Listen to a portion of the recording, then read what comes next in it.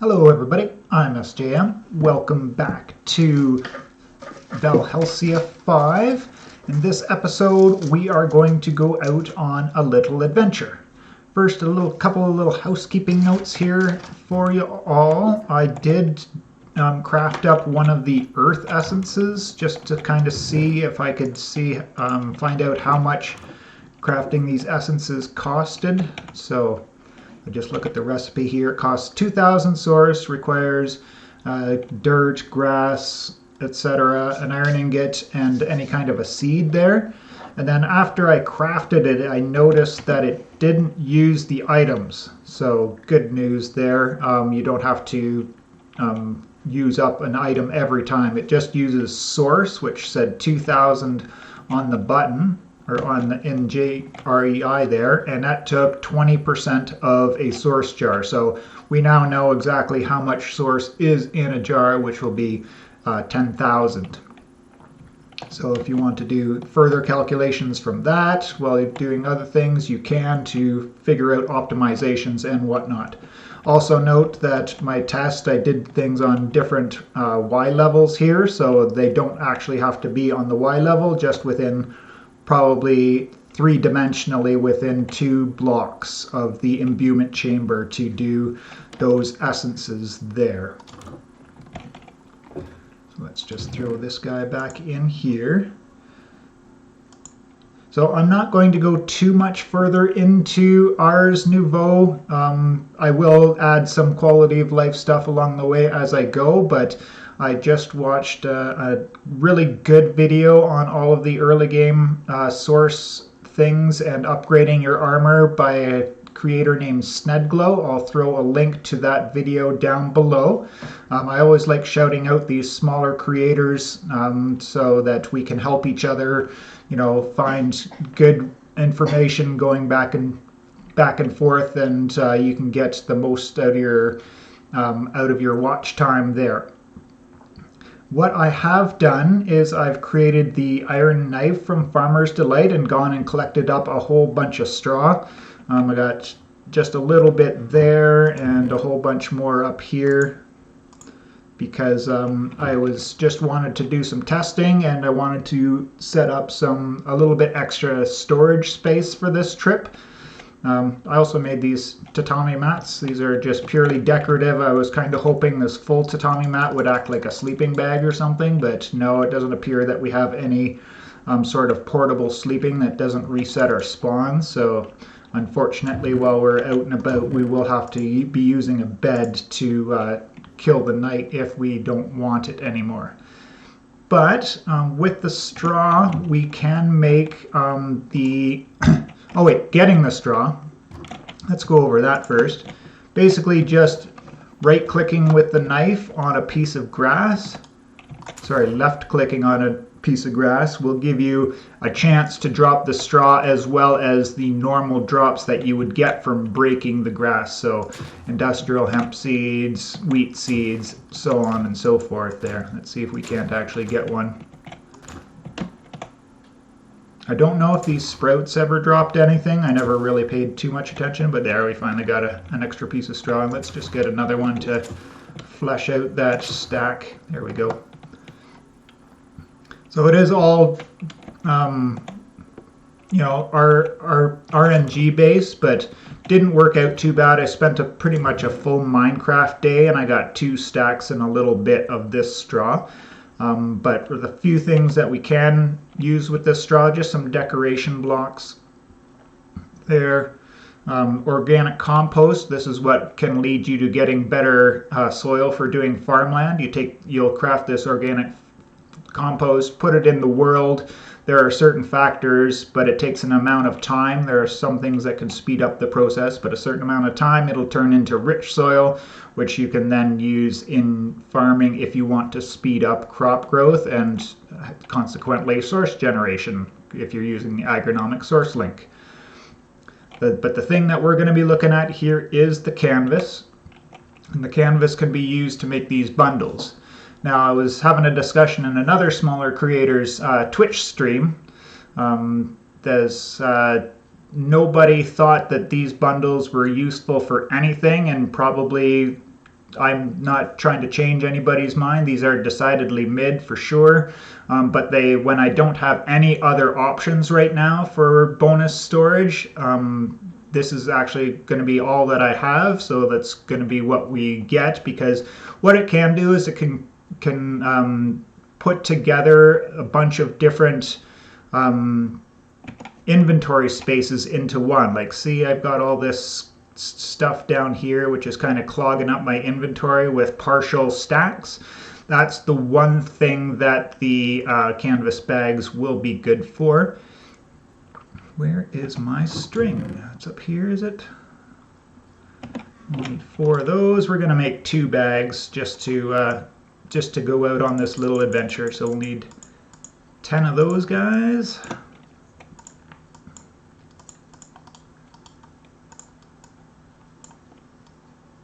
Oh, I need 12, do I? 1, 2, 3, 4, 5, 6. Yes. Whoops. All right, 2 more, please.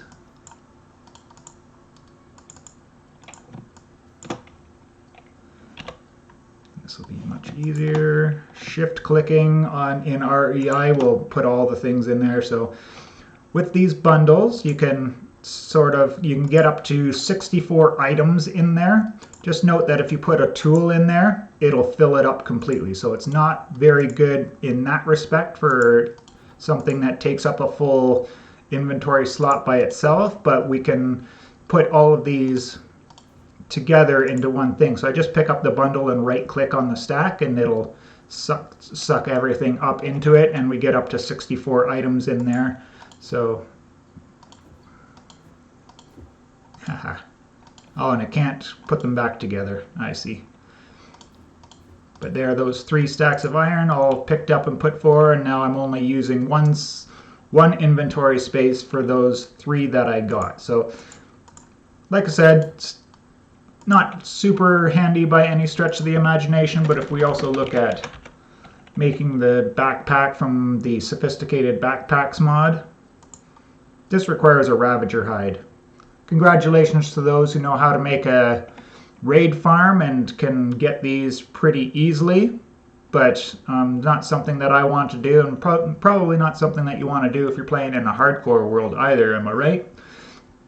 But once you get that Sophisticated Backpack, then you can obviously get a little bit better storage solution.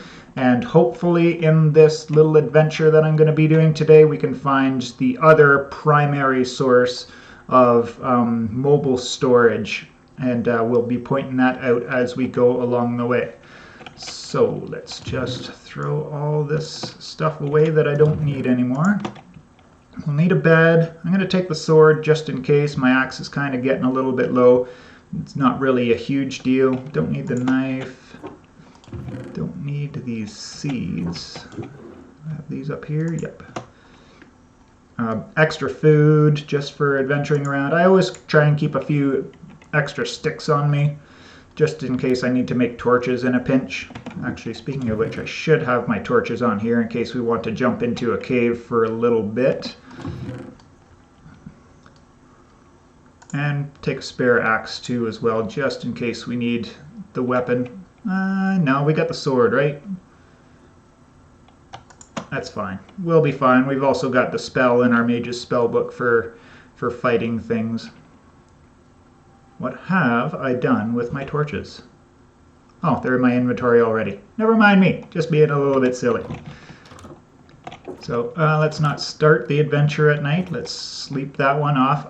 And the one other thing I forgot, because we are in 119, we do have the option to make, if I was going to be doing a water-based adventure, then I would be making the boat with a chest. So you just make a boat, make a chest, put them together, and you'll get a boat with a chest. But most of my adventure today will probably be overland. We'll find out eventually as I go. I'm not going to be taking my boat with me out and about, because I'm hoping to kind of stick to the land, maybe find some of these young structures to adventure into and explore them together, because I'm not sure that I know them myself. But the first place I'll be going is to this village up here, because I haven't been there, and we'll bring you folks back when I do find something interesting. So we've arrived at the village here. It appears that this is an abandoned village. At least it's not a abandoned mine colony, because that would be even more useless than this. But the one thing that would be good in here is that we can get a lot of this string. Okay, well, we'll leave that string alone. There's going to be lots to find in here. So normally we could switch over to the sword to get the string, but the break spell actually breaks string as well, so that's super handy in itself. We found an artifact. Awesome. So these artifacts there, they go into our bauble slots. So if you're on your inventory screen, you just need to push this button here. It'll open up your bauble slots. We got space for a few baubles. I've seen packs with a lot more than this, but it's enough for now, and we can just throw those on there, and we'll add a little bit of attack speed, which will help us if we get into any melee combat. Because I brought this sword pretty much with the thought that I might need it for string later on. I was thinking of tossing it out, but it'll be useful if, like I said, my axe breaks. But other than that, we can just finish off looting around, mostly just getting the string. And obviously this being an abandoned village, didn't think that the chests would have much in it, but obviously they might have some good stuff. So never know what we'll find here. Aha! This guy's new. This guy is a skeleton villager. I have not seen those guys before, but that was definitely interesting. The nose really threw me off when I first saw it. I'm like, what is that thing? And it's just different versions. I don't know which mod was adding that thing in, but that one got stuck up there again.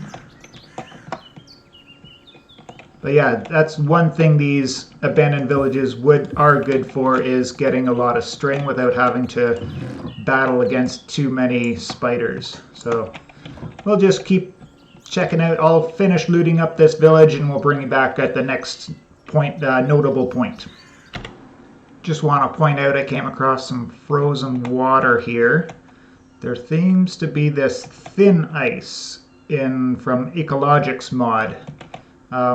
Walking on it, there's a chance that it'll break, so I was sprint jumping across here, and it doesn't break every time, even if you are sprint jumping, but every whatever chance it is, it'll break a hole in the ice, so just be aware of that while you're out and about.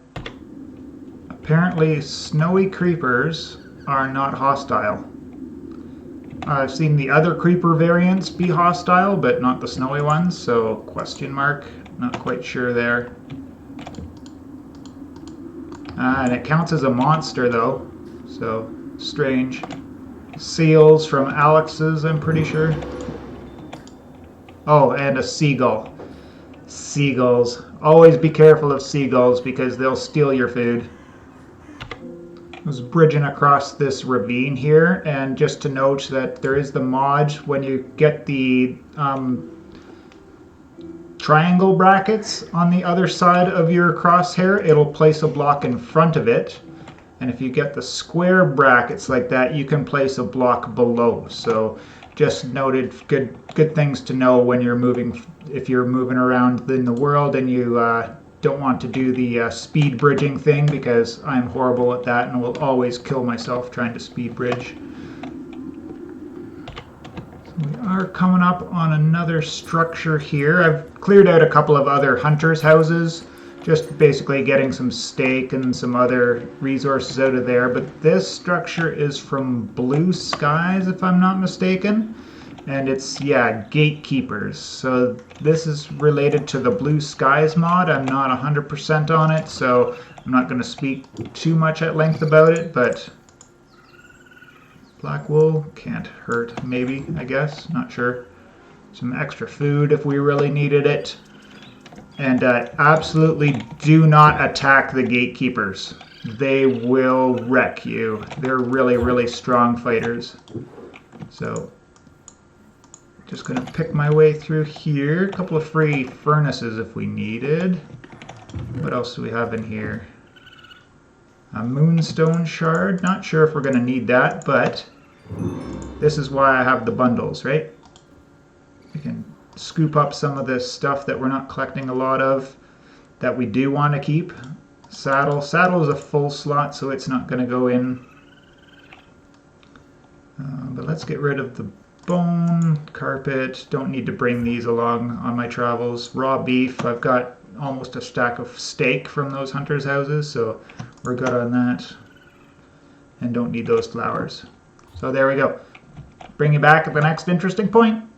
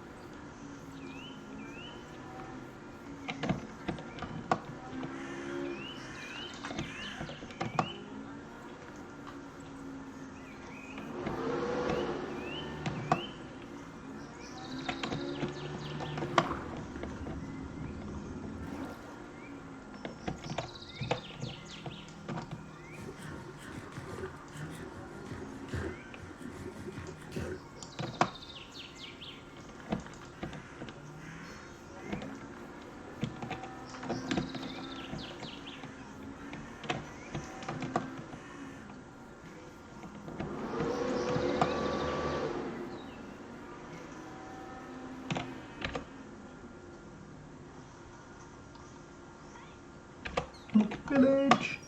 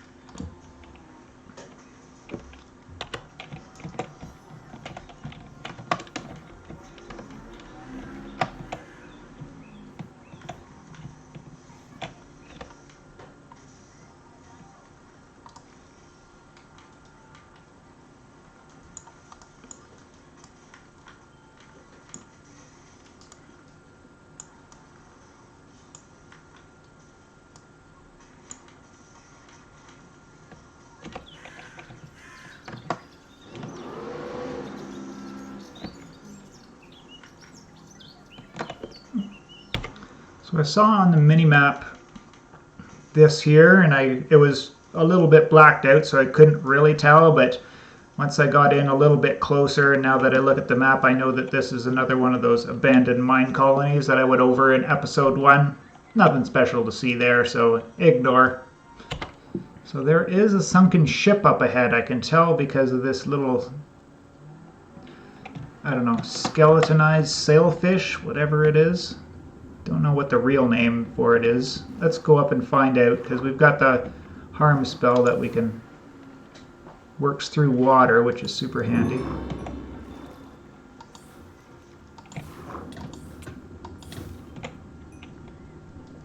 I'll have to look at the recording after to figure out the name, because everything happened just way too fast for me there, but where is it? There it is.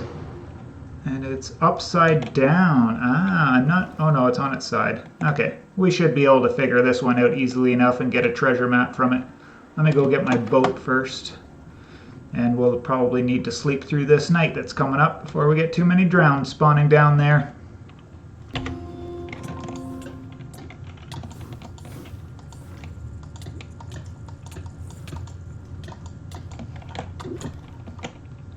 And he got me. There was a second one that spawned there for some reason, not too sure why, but Skellawag? Skellawag. Not sure, but yeah, I freaked out and I missed with a couple of my spells and he got me, so I'll have a long trek back to... oh yes, because I set my spawn right there. Smart SJ. But as I said in episode 1 there, it doesn't appear that... It's definitely not the whales that are hostile towards those skellywag things, so... They do despawn after they kill you, it does look like there. So here's our death marker. We just got to punch it a few times. It'll disappear and give us back all our stuff. And just got to avoid drowning. And... oh!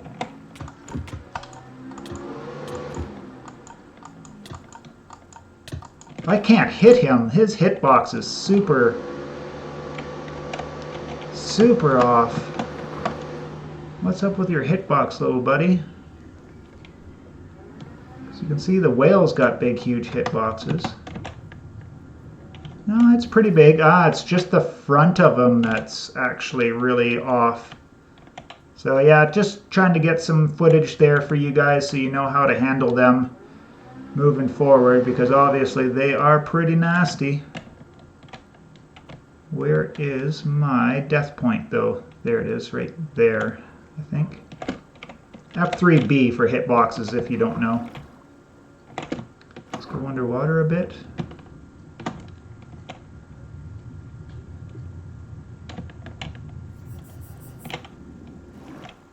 I didn't run that far away, did I?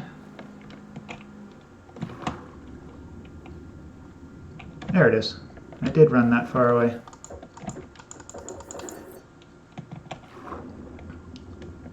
Alright, so let's see if we can't kill this guy, loot this ship, and be on our way to that hidden treasure that we're going to go find. Alright, so I got my map. Took a little bit of figuring out on the sideways ship. But we got there, and it looks like the treasure is just to the northeast, and this is one of the reasons why I love the map mods, because now I know I just need to go in this direction here. But I am trying to get my new friend here back home as well. I found a witch hut in the middle of this wetland area. Killed the witch, and then the cat just happened to run into the boat. So I'm just seeing if I can't find a way to link all of this water together to get it back home. If I can't, then I'm kind of wasting a whole bunch of time, but it's kind of worth the adventure for me, so that's what I'm going to be doing. And we'll bring you back at the buried treasure, and that will be the end of the episode. Oh my god, these skellywags, they follow you across land. That's ridiculous. It really beat me up. It killed my cat in the back of the boat. So I guess that dream is over. We're not getting a free cat anyways. Oh well, such is life. They do drop these fish bones. No recipe for it, and the only use for it is making a strange fish finder, which I assume allows you to find more of them. But, oh wait, maybe the strange fish finder has a use. No, it doesn't. So I'm not sure what that's all about there. Let's get back to that buried treasure. Alright, so here we are at the buried treasure. So I'll just use the map to get myself relatively close to this X. I know I'm inside the chunk that the X is in, but sometimes it's really hard to tell, like even in your main hand like this, exactly if you're on top of the X or not. Should be pretty close right here, but still not sure, right? The one way we can be absolutely sure is to use the F3 screen, and then in this section here where it says chunk relative, 9, and then it doesn't matter what the middle number is, and 9 is the coordinates that you're looking for, and that's always where the buried treasure will be. So we just need to go one block back this way and one block this way, so it's going to be this one right here, and I need to change that to break, and there we go. Buried treasure, the easy way. Got another supply ship. I got one of those from somewhere else. See, those take up? Yeah, they take up a full bundle in themselves. Music discs take up a full bundle, so that's not great there, but you can take this partial bundle and, you know, bundle up some of this stuff that we might want to keep for later. That's, you know, just this is why I like the bundles, is they make amalgamating, like, or putting together all of those partial stacks of possibly useful things into one, so it just extends the amount of time that you can be out adventuring. And then we'll just leave the buried treasure map there because we won't need it anymore, and I definitely never need a second supply ship, so I'm going to leave it here as well. Anyways, I appreciate you all for checking out the episode. Throw down a thumbs up if you liked it, and we will see you in the next one.